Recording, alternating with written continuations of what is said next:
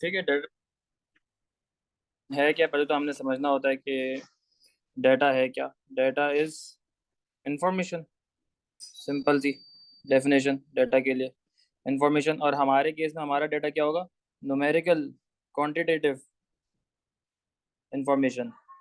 Numerical बोल लो या फिर क्वांटिटेटिव। क्वालिटेटिव नहीं, क्वांटिटेटिव। कोई भी है तो वो कितना है, उसकी अमाउंट। न्यूमेरिकल डाटा हम ज़्यादा डील कर रहे होते हैं, न्यूमेरिकल क्वांटिटेटिव इंफॉर्मेशन जो हम मेनली डील करते हैं, क्योंकि मैथ्स है, मैथ्स में आपको पता है नंबर्स से ही काम होना सारा। तो ये है।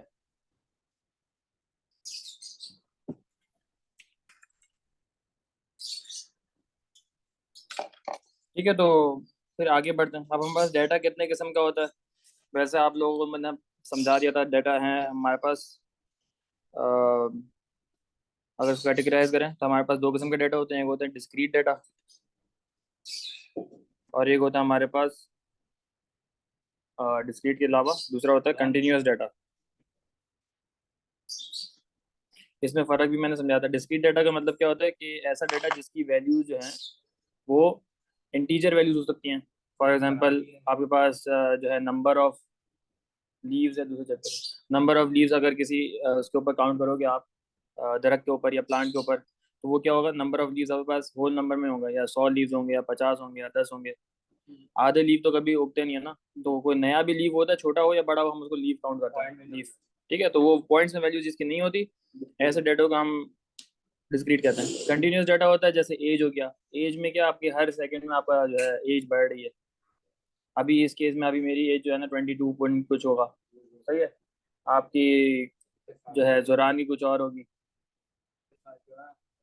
सही है, तो वो कंटिन्यूस डाटा होता है।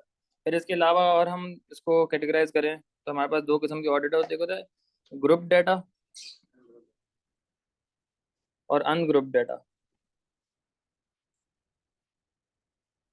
ग्रुप अनग्रुप डाटा तो सिंपल से समझ में आ रहा है नाम से कि जो है खुला सब कुछ डाटा, अनऑर्गेनाइज्ड।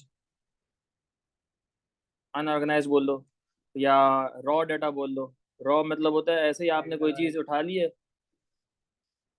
जैसा आपने क्या किया है, एक सोसाइटी है, उसके अंदर आपने जो है काउंट करना शुरू कर दिया कि अलग अलग फ्लैट में कितने बंदे रह रहे हैं। तो फ्लैट वन में गए, उसमें 50, 50 नहीं है, ज़्यादा बोल दिए। 6 बंदे रह रहे हैं, किसी में 7 रह रहे हैं, किसी में वापस 6 रह रहे हैं, फिर किसी में अकेला एक बंदा रह रहा है, किसी में 10 की फैमिली है। सही है, तो ये क्या है? खुला डाटा है, अनऑर्गेनाइज है, रॉ डाटा है। बस आपने कलेक्ट करके आपने लिख लिया एक तरफ, तो वो आपको हो जाता है अनग्रुप डाटा। कोई ग्रुपिंग नहीं हुई हुई, कोई इसको ऑर्गेनाइज तरीके से लिखने की जहमत नहीं की किसी ने। तो इस चीज़ को, अनग्रुप डाटा को फिर हमने एनालाइज करने भी थोड़ा सा मुश्किल हो जाता है, क्योंकि हमने फिर एवरेज निकालें, ये वो दूसरी चीज़ें होती हैं, वो भी देखेंगे किस तरीके से होता है। ठीक है, तो ये अनग्रुप डाटा हो गया। ग्रुप डाटा में सिमिलरली क्या होगा? ग्रुपिंग्स हो रही होंगी, जैसे कि आपके पास जो है फ्रीक्वेंसी आ जाएगी, और यहाँ पे आ जाएगा एक्स, जो कि है वेरिएबल, एक बोल देते हैं number of members in a family. तो अगर जीरो से, ये हमारे पास एक्स जो है, बस ये हमारे पास वही है मेंबर्स। तो हमारे पास एक ग्रुप मैंने बना दिया कि जीरो से एक्स की वैल्यू 5 तक, अगर जितने कितनी फैमिली हमारे पास, समझ लो 10 फैमिली ऐसी हैं जिसके अंदर जो लोग हैं, उन जिनका जो फैमिलीज हैं, उनमें 0 से लेकर 5 तक लोग हैं। हो सकता है किसी के अंदर दो, किसी में तीनों, किसी में चार हो, लेकिन ओवरऑल हमने काउंट किया तो हमारे पास 10 ऐसी फैमिलियां आ रही हैं जिसके अंदर 0 से 5 तक लोग रह रहे हैं। अब वो कितनी हैं, वो हमसे, अब वो जो है ना ऑर्गेनाइज करके हमें दे दिया है। ठीक है, सिमिलरली अगर मैं बोलता हूँ कि दो फैमिलियां ऐसी हैं जिसके अंदर लोग जो हैं 5 से 10 के दरमियान है, और 10 से 15 वाली हमारे पास तीन हो जाती हैं। तो इस तरीके से ये इस किस्म को कहते हैं, हम इसको हम ग्रुपिंग कह रहे हैं। हमने ग्रुप बना दिया, हमने डाटा को ग्रुप कर दिया। इसको हम क्लास ही बोल देते हैं। तो इस तरीके के डाटा को हम कहते हैं ग्रुप डाटा, और वो हो गया अनग्रुप डाटा। अब हमारे पास सबसे पहले सिंपल चीज होती है जो हमें समझनी है यहाँ पर, वो होती है अपना सेंट्रल टेंडेंसी। सेंट्रल टेंडेंसी, मैं बहुत ही ऊपर ऊपर से मेन मेन चीज़ें करा रहा हूँ ताकि टाइम मिनिमम लगे, रिवीजन हो जाए, और फौरन से हम प्रैक्टिस क्वेश्चन पर आ जाए। सेंट्रल टेंडेंसी का से मुराद है मीन, मीडियन, मोड। इन तीन चीज़ों को हम मिलाकर कहते हैं central tendency, mean median mode. अब सबसे पहले आपको इनमें डिफरेंस पता होना चाहिए। मीन सबसे इजी है, एवरेज, एवरेज जैसे निकालते हैं वो से निकाल लेंगे, अभी बता दूंगा कैसे निकलता है। मीडियन होता है मिडिल वैल्यू, हमारे डाटा की मिडिल वैल्यू।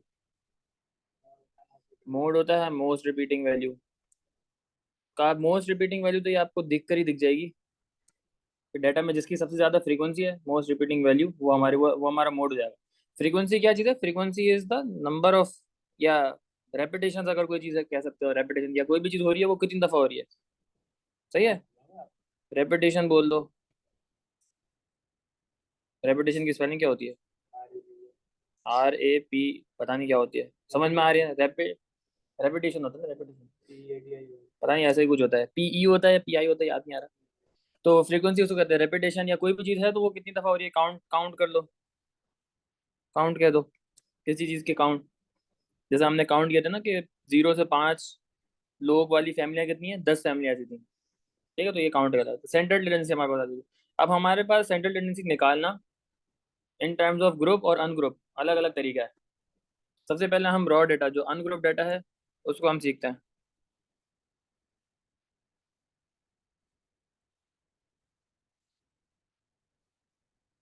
अनग्रुप डेटा में हमारे पास क्या आ जाता है?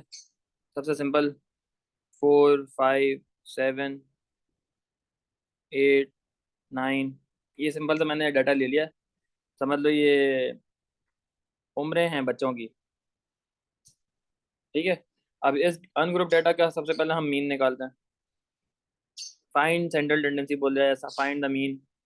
तो इसको अगर मैं वेरिएबल कह देता हूँ एक्स, तो अगर मुझे मीन निकालना है तो मीन के लिए मैं लिख देता हूँ एक्स के ऊपर मैं ये डैश लगा देता हूँ, बार लगा देता हूँ। इसका मतलब है कि now I have to find the average of x.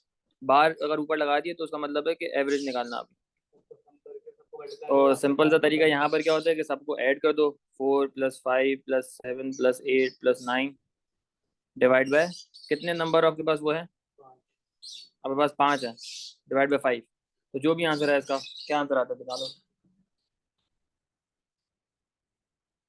ये सबसे बेसिक किस्म का मीन जो हम निकालते हैं, एवरेज निकालते हैं, कि हमने सबको ऐड किया और divide by the number of elements, ये नंबर ऑफ नंबर्स कितने हैं, 5 हमारे पास बचे थे, 6.6 हमारे पास इसका एवरेज आ गया।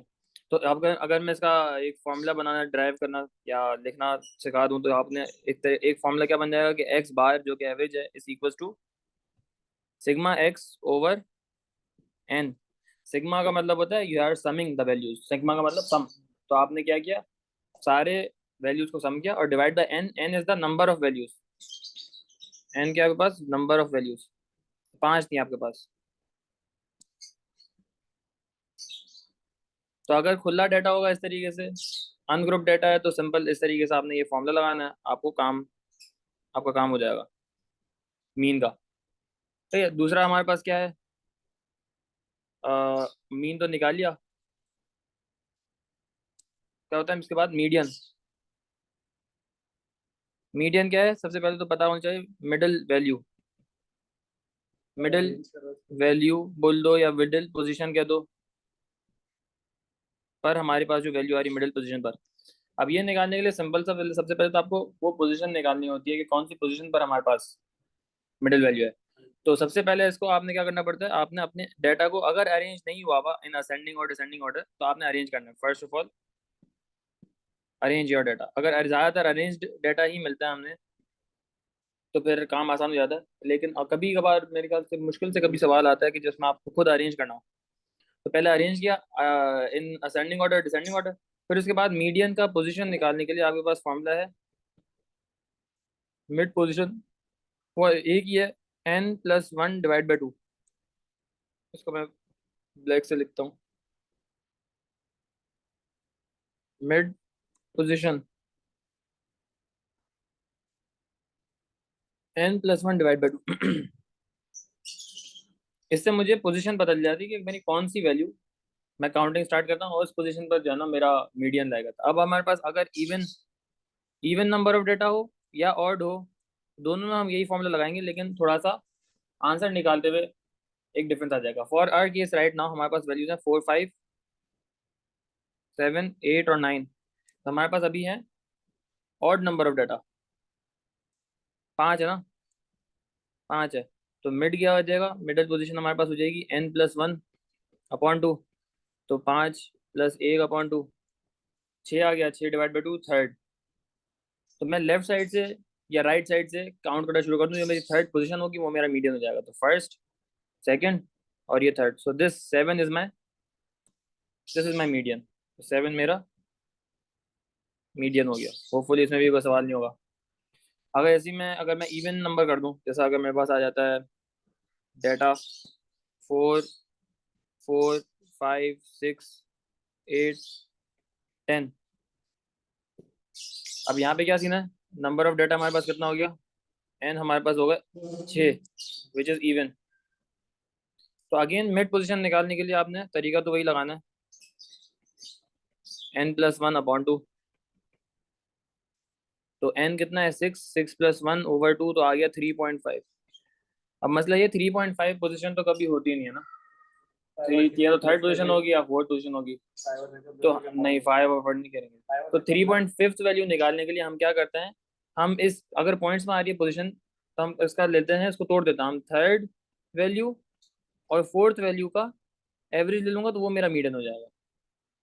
In this case when you have even number of data, तो आपका जो मिडिल वैल्यू आ रही है, जैसे 3.5 है, तो आप एक पीछे और एक आगे, मतलब थर्ड और फोर्थ निकालिए। अगर 7.5 आ रहा है तो 7 और 8 को वैल्यू को ऐड करके डिवाइड बाई 2 एवरेज ले लो उन दोनों का, तो ये आपको मीडियन दे देगा। For our case right now, this is my third and this is my fourth value. तो मेरा मीडियन लाया करता है इन दोनों के दरमियान कहीं। तो जिस केस में हमारे पास क्या हो जाएगा, ये 5 और 6 का मैं क्या करूंगा, 5 + 6 डिवाइड बाई 2, जो कि आ जाएगा 5.5। तो 5.5 is my median right now. ठीक है। अब इतने आसान आसान सवाल नहीं देगा आपको, नंबर ऑफ डाटा जो है, नंबर ऑफ वैल्यू थोड़ी सी ज़्यादा ही होंगी। और मीन मीडियन मोड को अब उसमें भी लेकर आएगा, वो ग्रुप डाटा में भी लेकर आएगा। लेकिन मतलब आपको समझ में आना चाहिए कि median is your middle value, average mean is your average.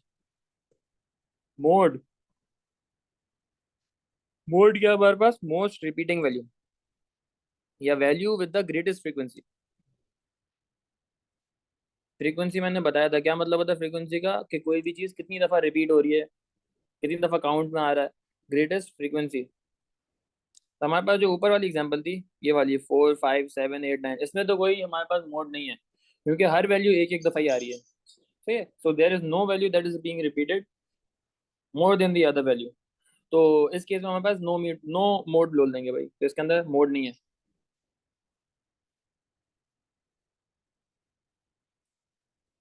लेकिन नीचे जो मैंने केस बनाया है, 4, 4, 5, 6, 8, 9, ओ सॉरी 8, 10, तो इसमें हमारे पास 4 वाली जो वैल्यू है, वो हमारे पास क्या है, रिपीट हो रही है सबसे ज्यादा। 2 दफा 4 आ रहा है, 5, 6, 8, 10, और ये तीनों चारों एक दफा आ रहे हैं। तो यहाँ पर इस केस में हमारे पास मोड क्या हो जाएगा, 4 हो गया, क्योंकि 4 सबसे ज्यादा रिपीट हो रहा है। सही है। होपफुली इसमें कोई किसी को मसला नहीं आया होगा। तो ये सिंपल वाला काम था। अब अगर हम आते हैं ग्रुप डाटा में, तो ग्रुप डाटा में किस तरीके से मीन मीडियन मोड निकालते हैं। अब एक ग्रुप डाटा में बनाता हूँ।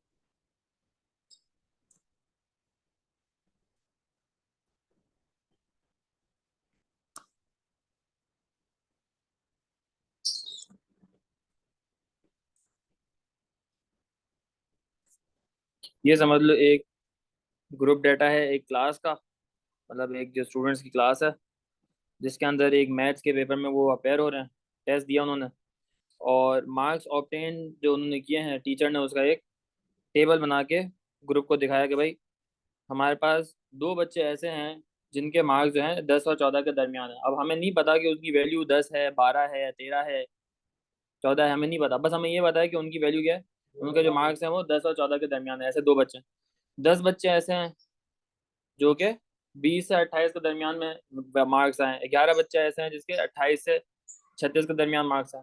तो अब ये जो हमारे पास है ना, ग्रुप डेटा हो गया। अब ग्रुप डेटा को कैसे हैंडल करते हैं? अब ग्रुप डेटा में भी हमें ये कहता है कि फाइंड या कंपेयर या एनालाइज द सेंट्रल टेंडेंसी। तो बोलेगा find the mean median mode.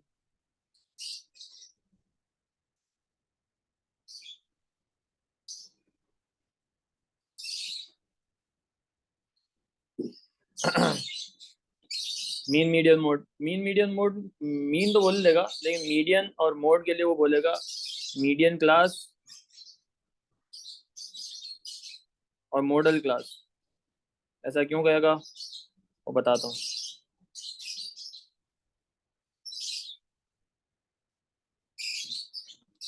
सबसे पहले तो हम मीन निकालते हैं। जब ग्रुप डाटा होता है हमारे पास, तो उसका जो मीन होता है वो सिंपली हमारे पास होता है sigma f x over sigma F. ये आपके पास सबसे बेसिक फॉर्मूला है for the mean in this group data. अब ये सिग्मा एफ एक्स क्या है, सिग्मा एफ क्या है? सिग्मा करना है, सिग्मा एफ का तो मतलब समझ में आ गया हमें कि हाँ सारे फ्रीक्वेंसी को ऐड करना है मुझे। सिग्मा एफ का मतलब तो यही बनेगा ना। सिग्मा का मतलब मैंने बताया था आप लोग कि सिग्मा का मतलब होता है आपने वैल्यूज को ऐड करना है। और सिग्मा एफ एक्स, तो पहले मुझे क्या निकालना पड़ेगा, यहाँ पे एक और मैं कॉलम ऐड करूंगा और एक और कॉलम ऐड करूंगा। सबसे पहले तो मुझे निकालना पड़ेगा F x, F times x. F times x मतलब फ्रीक्वेंसी, और मुझे अपने एक्स जो मार्क्स की वैल्यूज हैं उनको मल्टीप्लाई करके जो आंसर आएगा वो उसका मैं टेबल बनाऊंगा। और इसके अलावा पहले मैं बनाऊंगा एक्स की एक और टेबल, क्योंकि हमारे पास जो एक्स की वैल्यूज दी हुई हैं वो क्या है, वो एक रेंज दी हुई है। तो हम उस रेंज में से कौन सी वैल्यू लेंगे वो हम यहाँ पे लिखेंगे एक्स में। तो ये हम यहाँ पे यूज करते हैं हमेशा middle value of the range. हमेशा middle value of the range करते हैं। मतलब हमने क्या करना, एवरेज लेना दोनों का, अपर और लोअर का। तो 10 प्लस 14 24/2, ये 12 हो गया। सिमिलरली 16 प्लस 20 34 हो गया। 34/2 17 हो गया। तो डिवाइड बाई 2 करना मुझे। ये हो गया 24, ये हो गया 32 और ये हो गया 38। क्या किया मैंने, एक्स मिड कैसे निकाला? एक्स मिड निकालने के लिए मैंने क्या किया, x upper plus x lower divide by 2। सबसे बेसिक मतलब सिंपल सा है, एवरेज लिया है मैंने। अब सिग्मा एफ एक्स, अब मैं क्या करूंगा, इन दोनों को मल्टीप्लाई करूंगा, एफ और एक्स को, एफ और एक्स को, एफ और एक्स को। तो ये हो गया 24। हाँ, पहले तो इन दोनों को मल्टीप्लाई, पहले खाली आपने सब इनका टोटल कर लिया एक्स को। टोटल कहाँ किया? हाँ ऊपर अभी डालेंगे ना, सिग्मा एफ एक्स निकालेंगे फिर सिग्मा करेंगे। ये हो गया 240, ये हो गया 352, ये हो जाएगा 3 टाइम्स 38 क्या होगा,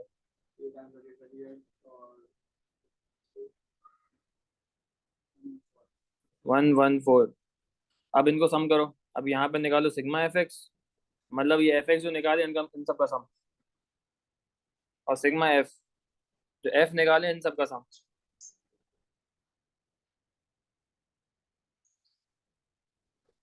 2 4 10 16, ये हो गया 798। और सिग्मा एफ क्या है, 6 16 16 और 27 330। 30 बच्चे थे हमारी क्लास में। ठीक है, तो टोटल क्लास में हमारे पास 30 बच्चे थे। अब मुझे मीन निकालना है। तो सिग्मा एफ एक्स हो गया 798 डिवाइड बाय सिग्मा एफ हो गया 30। क्या आंसर आता है बताओ? 30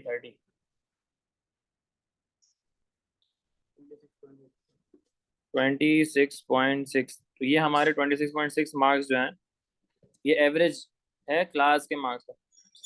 ठीक है, होपफुली इसमें कोई सवाल नहीं होगा, इजी है। ये भी हमने ओ लेवल में किया हुआ है।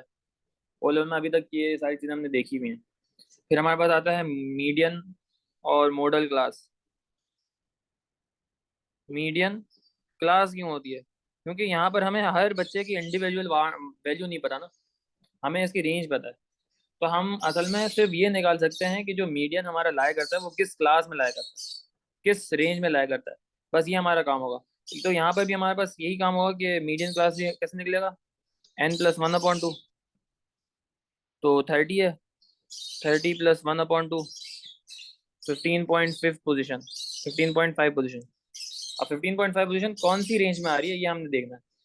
अब ये किस तरीके से आएगा, शुरू के दो हमारे यहाँ पर आ गए, ठीक है, इस रेंज में आ गए। फिर उसके बाद हमारे पास, उसके बाद ये चार यहाँ पर आ गए, तो हमारे पास टोटल 6 रैंकिंग शुरू के चार में आ गए। फिर उसके बाद 16 तक रैंक जा रही है, अगले रेंज में 16 तक रैंक जा रहा है। तो 15.5 वाला जो रैंक है वो भी इसी रेंज में आ रहा है ना, क्योंकि इस रेंज की जो आखिरी वैल्यू है वो 16th है। सम ऑफ फ्रीक्वेंसी करो देखो 16 पहुंचेगी यहाँ तक।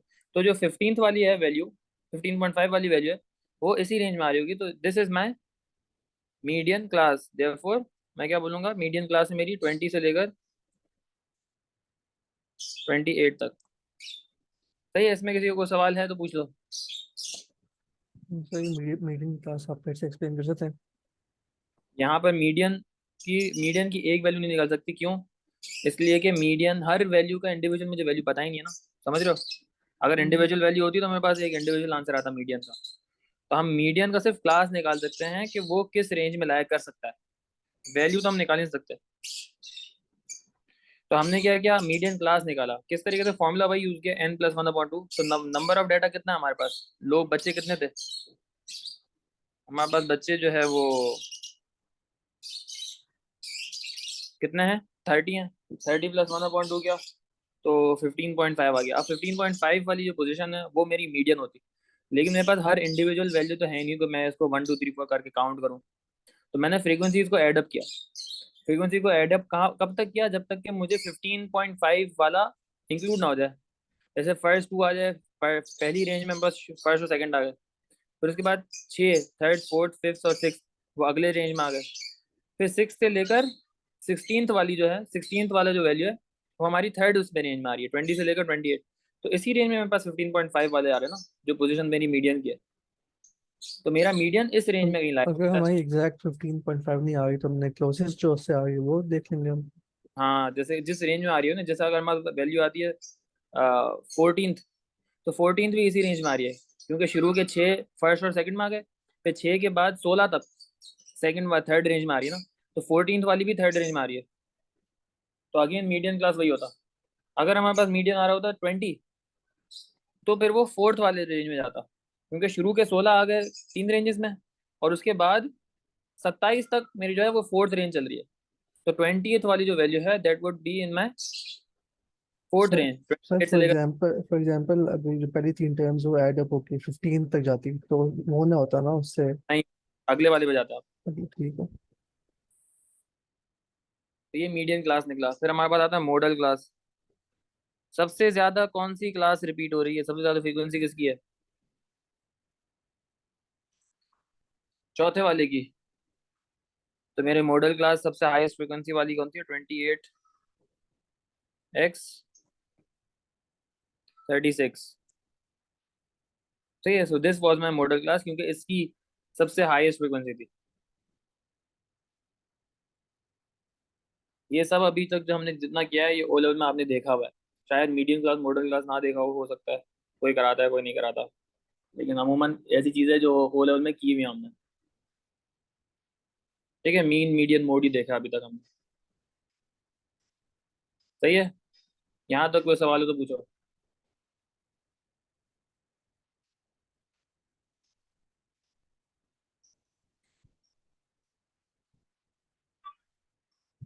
ये ऐसी चीज है कि दो चार सवाल करोगे ना सब रिवाइज हो जाएगा आपका, ओ लेवल मैथ्स है ना। पास पेपर्स के आप दो तीन सवाल भी इस तरीके के आ जाएंगे ना, तो पक्की हो जाती हैं चीजें, क्योंकि ये तो सिंपल वाला है, simple sigma f x sigma upon sigma F. अब आगे हमारे पास जो दो चार नए फॉर्मूले आएंगे, स्टैंडर्ड डेविएशन निकालेंगे और वेरिएंस निकालेंगे, और फिर उसको रिलेट करेंगे चीज़ों को। ठीक है, होपफुली यहाँ तक सवाल नहीं हुआ है, कोई सवाल तो पूछ लो वरना आगे बढ़ते हैं, बताओ जुरान। नहीं सर, कोई सवाल नहीं। ठीक है, अब आता है हमारे पास स्टैंडर्ड डेविएशन। जो कि अब नई चीज़ है आप लोगों के लिए।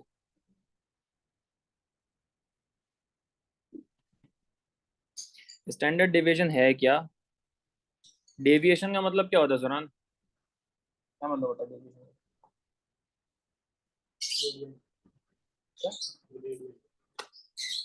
डेविएशन का मतलब माहम, सिंपल वर्ड है इंग्लिश का, डेविएशन।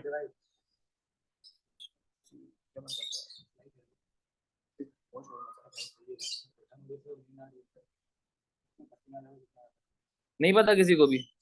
क्या यार, सिंपल इंग्लिश का वर्ड है डेविएट, मतलब होता है कि अगर कोई चीज डेविएट हो रही है ना किसी चीज से, तो कितना फर्क आ रहा है, चेंज, डेविएट होना। जैसे कि हम पढ़ाई करते डिवाइड से डेविएट हो जाता है, जुरान भी डेविएट हो जाता है, पढ़ाई है। करते ध्यान ध्यान कहीं और निकल गया। सही है, इस तरीके से ये डेविएशन होता है। कितना चेंज आ रहा है, वेरिएशन कह सकते हो। तो जब हम स्टैंडर्ड डेविएशन निकाल रहे होते हैं from of a data, of a numerical data,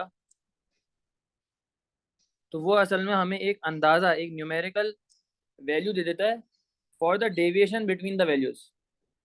for example हमारे पास अगर एक डेटा है 1 2 3 4 5 6, इन डेटा के दरमियान इतना ज्यादा फर्क नहीं है। देखो सिर्फ एक एक वैल्यू का फर्क है, यहाँ पे भी एक का फर्क है, यहाँ पे भी एक का फर्क है, यहाँ पे भी एक का फर्क है। Difference between value is only, is very small and only one. तो इस केस में हमारे पास स्टैंडर्ड डेविएशन जो होगी ना, वो थोड़ी सी कम होगी, मतलब as comparison to the other case which I will show you. जैसा अगर हमारे पास एक वैल्यू आती है 5, फिर आती है 20, फिर आती है 35, फिर आती है 40, फिर आती है 70। अब एक ऐसा डेटा है 25 और 35 40। अब इसमें क्या है, वैल्यूज की जो वो है, वैल्यूज के दरमियान जो फर्क आ रहा है, वेरिएशन है, वो बहुत ज्यादा बड़ा बड़ा है। जैसे यहाँ से यहाँ तक हमारे पास 15 का फर्क आ रहा है, यहाँ से यहाँ तक हमारे पास 15 अगेन, ये भी 15 आ रहा है मेरे ख्याल से, ये 30 का आ रहा है। तो the difference between the values is क्या, हाँ सॉरी ये 5 है, is very different and very larger than the previous one. तो इसका स्टैंडर्ड डेविएशन थोड़ी हायर होगी। सही, तो जितना क्लोज आपकी वैल्यूज होंगी उतना कम स्टैंडर्ड डेविएशन होगा। जितना आपकी आपकी वैल्यूज जितना ज्यादा वाइड स्प्रेड होंगी, उतना ज्यादा आपको जो है ना स्टैंडर्ड डेविएशन हायर होगी।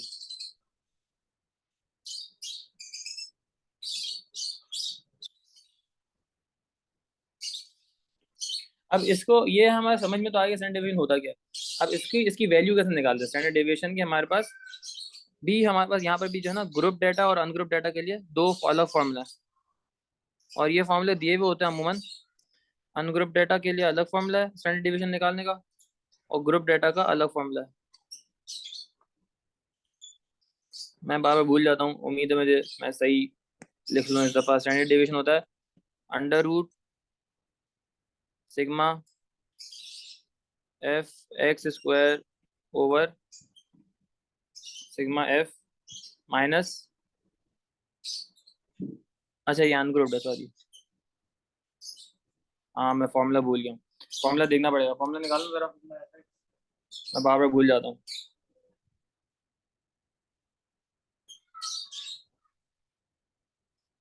स्टैंडर्ड डेवी मैं मिक्स कर देता हूँ, ये अमूमन दिया हुआ होता है आपको उसमें MF19 में, और मैं हमेशा देखना पड़ता था मुझे, वो थोड़ा सा जो है ना सेम सेम फॉर्मूला है, ये अलग फॉर्मूला दे रहा है।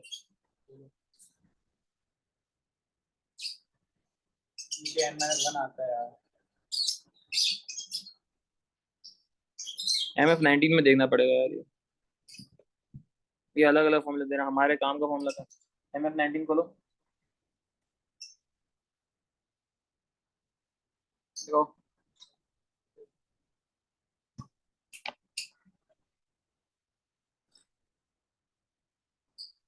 कहाँ निकल गया आगे।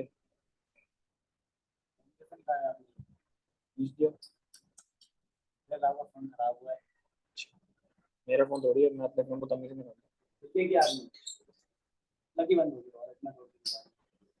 तो इसका फॉर्मूला है सिग्मा, सॉरी अंडर रूट, तकरीबन मैं मिक्स कर रहा था दो फॉर्मूलों को, x square over n minus mean का स्क्वायर, और यहाँ पर स्टैंडर्ड डिवीजन का फॉर्मूला है sigma f x square over sigma f minus again mean का स्क्वायर। और आपको पता है ग्रुप डेटा में मीन अलग तरीके से आता है और अनग्रुप में अलग तरीके से आता है।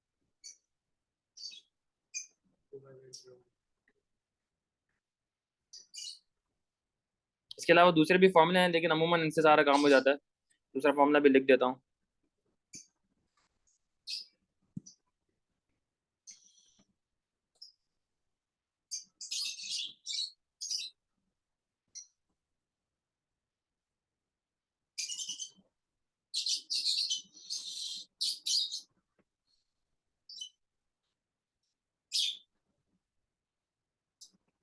MF19 से रुजू कर लेना अगर कहीं भूल रहा हो फॉर्मूला कोई, तो मुझे देखना पड़ता बात है। तो ये फॉर्मूला है, इसको हम निकाल के भी देखते हैं और फिर इनको रिलेशनशिप बताते हैं क्या हिसाब किताब होता है। अच्छा, वेरिएशन और स्टैंडर्ड डिविएशन ये हमने नॉर्मल डिस्ट्रीब्यूशन में भी देखा था और ये हमने बायनॉमियल में भी देखा था। तो और आप लोगों को ये भी पता है कि बायनॉमियल सॉरी स्टैंडर्ड डिविएशन और वेरिएंस में क्या फ़र्क होता है। हमने नॉर्मल में पढ़ा था कि स्टैंडर्ड डिविएशन का जो स्क्वायर होता है वो वेरिएंस ही होता है। स्टैंडर्ड डिविएशन का अगर मैं स्क्वायर करूंगा, होल स्क्वायर की वैल्यू को होल स्क्वायर करूँ तो मुझे वेरिएंस बदल जाता है। So in each of the formula that I have written above, अगर मैं इन फार्मूला को होल स्क्वायर कर दूंगा, मतलब ये अंडर रूट हटा दूं, होल स्क्वायर का मतलब क्या है, अंडर रूट कैंसिल आउट हो जाता है ना, तो उससे मुझे आंसर स्टैंडर्ड डेविएशन नहीं मिलेगा, मुझे आंसर मिलेगा फिर उसका वेरिएंस का। तो अगर वेरिएंस दिया हुआ है तो उससे स्टैंडर्ड डेविएशन का आंसर कैसे निकालोगे, आप अंडर रूट का दो वेरिएंस को, तो आपको स्टैंडर्ड डेविएशन मिल जाएगा। सही है। अब यहाँ पे जो मैंने वैल्यूज दी हुई हैं उनका जरा हम स्टैंडर्ड डेविएशन निकाल के देखते हैं। 1 2 3 4 5 6 हमारे पास वैल्यूज हैं 1 2 3 4 5 6। ये अनग्रुप डाटा है तो यहाँ लेफ्ट वाला चलेगा। तो लेफ्ट वाले के लिए हमने क्या करना पड़ेगा, सिग्मा, पहले तो इसका मीन निकालना पड़ेगा। साफ साफ यहाँ फॉर्मूले में दिख रहा है कि I have to find out the mean of this data. तो मीन आपको पता है कैसे निकालते हैं अनग्रुप का। मीन क्या हो जाएगा, सबका सम करो, sigma f x sorry sigma x upon n, सबका सम किया 1 + 2 + 3 + 4 + 5 + 6 और डिवाइड बाय किससे, कितने हैं, से 6 हैं, तो क्या आंसर आ रहा है 3.5 हमारे पास का एवरेज आ गया।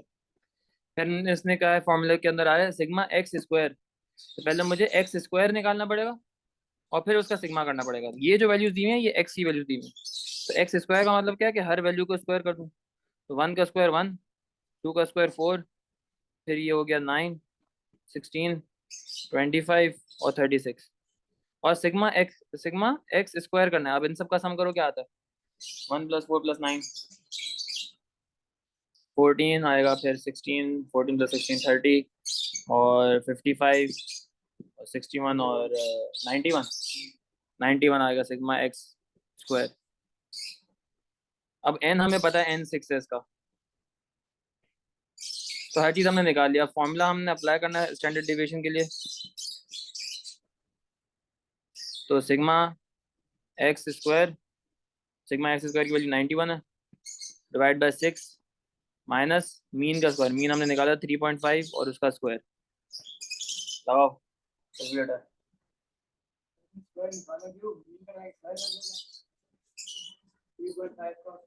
हाँ तो अब डालूंगा 3.5 का square.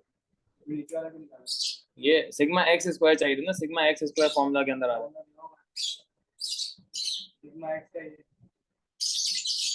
Sigma x square over है ऊपर वाला फॉर्मूला। बताओ क्या आंसर आता है, नीचे वाले फॉर्मूला बनाया है पूरा, √91/6 - 3.5 होल स्क्वायर।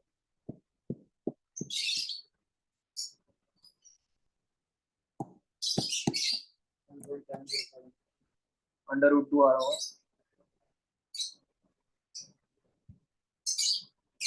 क्या आ रहा है 1.7 1.707 1.708, ये हमारे पास इसका मीन आ गया, तो सॉरी इसका स्टैंडर्ड डेविएशन आ गया। ठीक है, ये सिंपल था, ये फॉर्मूला था। क्या अपॉन कर तो दिया डिवाइड बाय 6। ठीक है, तो ये सिंपल सा फॉर्मूला है for the case when you have ungroup data, standard division निकाल लिया। हमारे पास अगर ऊपर जो हमारे पास ये टेबल बना हुआ था, इस टेबल का हम निकाल सकते हैं, टेबल का हम आराम से क्या निकाल सकते हैं, स्टैंडर्ड डिवीजन भी निकाल सकते हैं ऑफ द वैल्यूज, अगर निकालने की कोशिश करते हैं।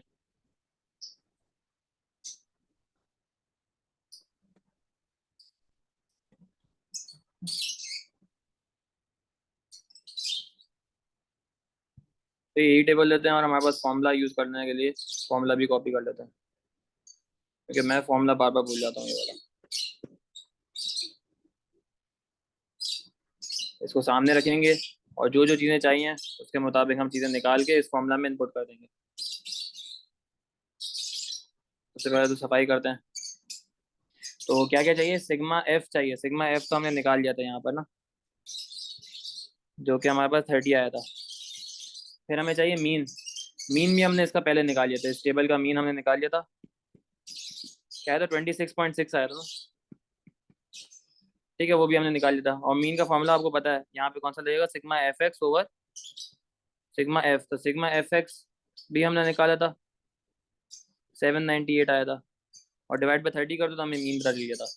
फिर हमें चाहिए सिग्मा एफ एक्स स्क्वायर। तो पहले मुझे एफ एक्स स्क्वायर निकालने के लिए एक्स की वैल्यूज को स्क्वायर करना पड़ेगा। तो एक और मैं ऐड करता हूँ ताकि मैं एक्स की वैल्यूज को स्क्वायर करूँ। तो क्या आ जाएगा, 12 का स्क्वायर 144, फिर 17 का स्क्वायर क्या होता है,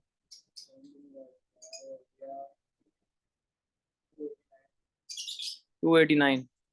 तो लंबा काम है, 24 का स्क्वायर 576, 32 और फिर 38 1024 1444। अब हमें निकालना है एफ एक्स स्क्वायर। तो हम पहले मल्टीप्लाई करेंगे एफ को और एक्स स्क्वायर को, ये एफ और एक्स स्क्वायर, एफ और एक्स स्क्वायर, और फिर इनका इसका मुझे सम चाहिए। अब ये डायरेक्ट कैलकुलेटर में ही डालते हैं वरना खुआरी हो जाएगी लिखने में।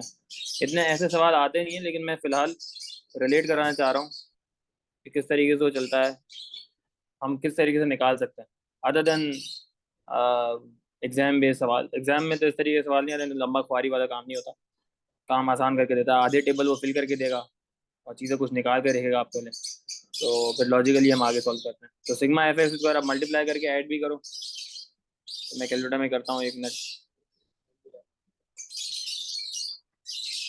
24 times 144 plus 68 times 289 plus 240 times 576 plus 352 times 1024 plus 114 multiply 1444 686412, यही है। बस हमने क्या करना है, अब हर चीज़ को कैलकुलेटर में डालना है, इस फॉर्मूले में इनपुट करते हैं तो स्टैंडर्ड डिवीजन आ जाएगा। √68641 डिवाइड बाय 30 माइनस मीन का स्क्वायर जो कि 26.6 का स्क्वायर, क्या आता है देखो आंसर, 148.90। तो देखो इसका स्टैंडर्ड डिवीजन कितना ज़्यादा है, क्योंकि हमारे पास यहाँ पर देखो ज़्यादा वैल्यू, ज़्यादा दूर दूर तक वैल्यूज आ रही है हमारे पास यहाँ पर, ठीक है, 10 से लेकर 40 तक जा रही है, ठीक है, ज़्यादा वाइड स्प्रेड है वैल्यूज। तो इस वजह से यहाँ पे स्टैंडर्ड डिविएशन ज़्यादा है थोड़ा। हमारी जो वैल्यू ऊपर वाली थी वो बहुत बहुत करीब करीब थी, 1 2 3 4 5 बहुत ही करीब वैल्यूज हैं, और वैल्यूज कम भी हैं। और यहाँ पे 10 से लेकर 40 के दरमियान वैल्यूज डिवाइड हुई हुई हैं, तो इस वजह से यहाँ पर कितना क्लोज है ना वैल्यूज, वो असल में स्टैंडर्ड डिवीजन हमें बताता है। अगर इसका वेरियंस निकालना होता तो ये अंडर रूट हटा दो या स्टैंडर्ड डिवीजन का स्क्वायर कर दो। तो ये सिंपल सी चीज़ें थी। स्टैंडर्ड डिवीजन का फॉर्मूला हमने इंट्रोड्यूस करवा दिया, वेरियंस समझ में आ गया, स्टैंडर्ड डिवीजन होता क्या है ये देख लिया हमने। और होपफुली नेक्स्ट क्लास में हम स्टैंडर्ड डिवीजन को थोड़ी सी कोडिंग करेंगे, कोडिंग वैल्यूज़ के अंदर, ताकि हम बेहतर तरीके से निकाल सकें हमारे वैल्यूज़। ठीक है, आज के लिए काफ़ी है, मैं रिकॉर्डिंग स्टॉप कर रहा हूँ।